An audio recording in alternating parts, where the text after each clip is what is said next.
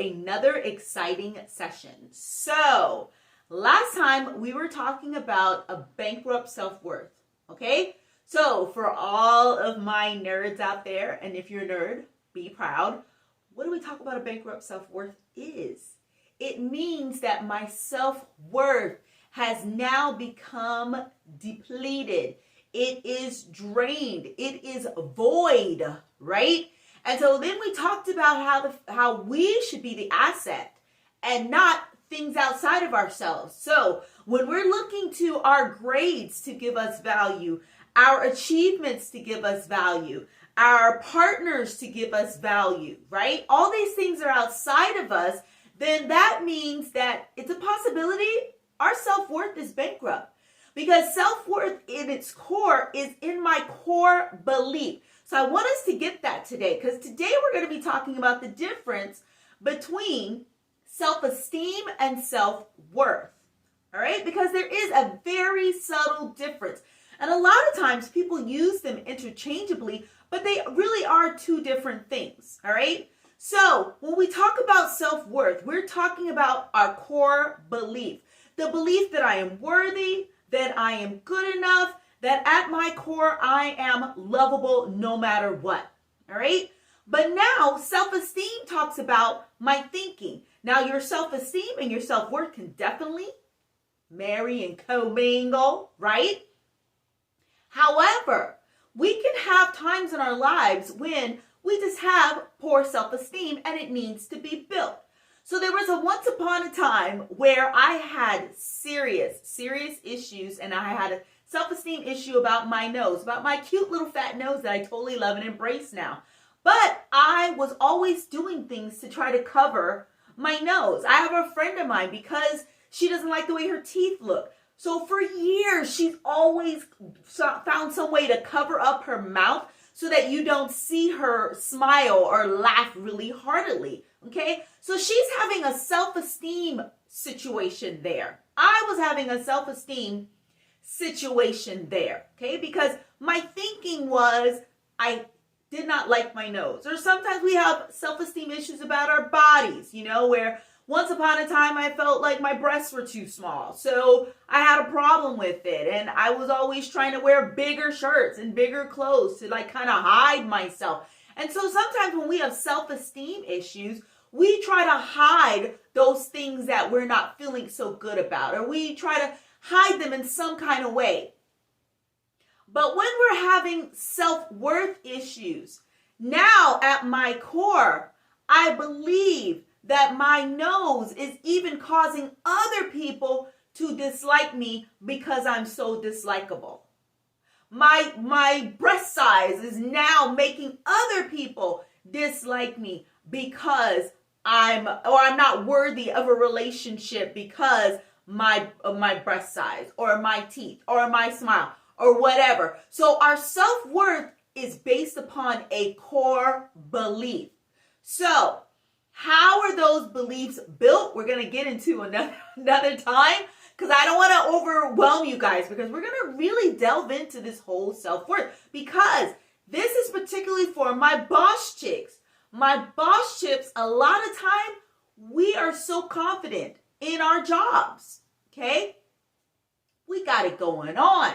We are dressed to the nines. We killing it out there. But we see our self-worth issues play out in our relationships with our friends, in our relationship with partners. We start to see that self-worth play out. Or even sometimes in our failure now becomes who we are. So then we don't step back out again. We don't take risk again. Ask me how I know. Because I was bossing. Went ahead, opened up my business, put my sign on the outside, thought I was going to be doing it, honey. But guess what? It was not what I thought it was going to be. I thought that I was going to be doing this forever. After 5 years, I had to close my business. And after that, I struggled for almost 20 more years, right? Was it 20 more years?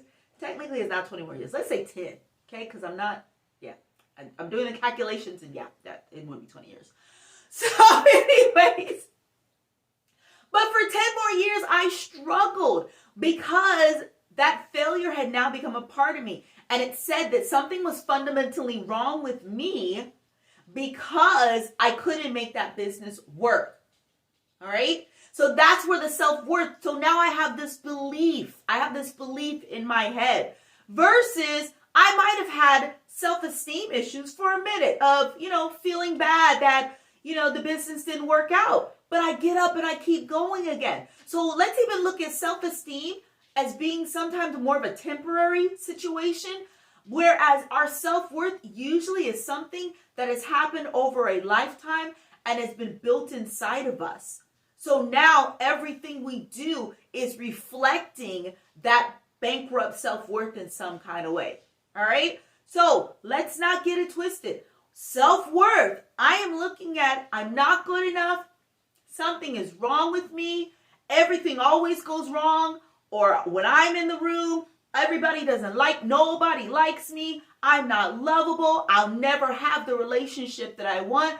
All of those are beliefs. That's a system that has now been set up in your head to make you believe that you are not worthy of love, not worthy of other people being in your life, not worthy of having or deserving things, even, and we'll talk about this another time too, how you think about money and what you deserve with money.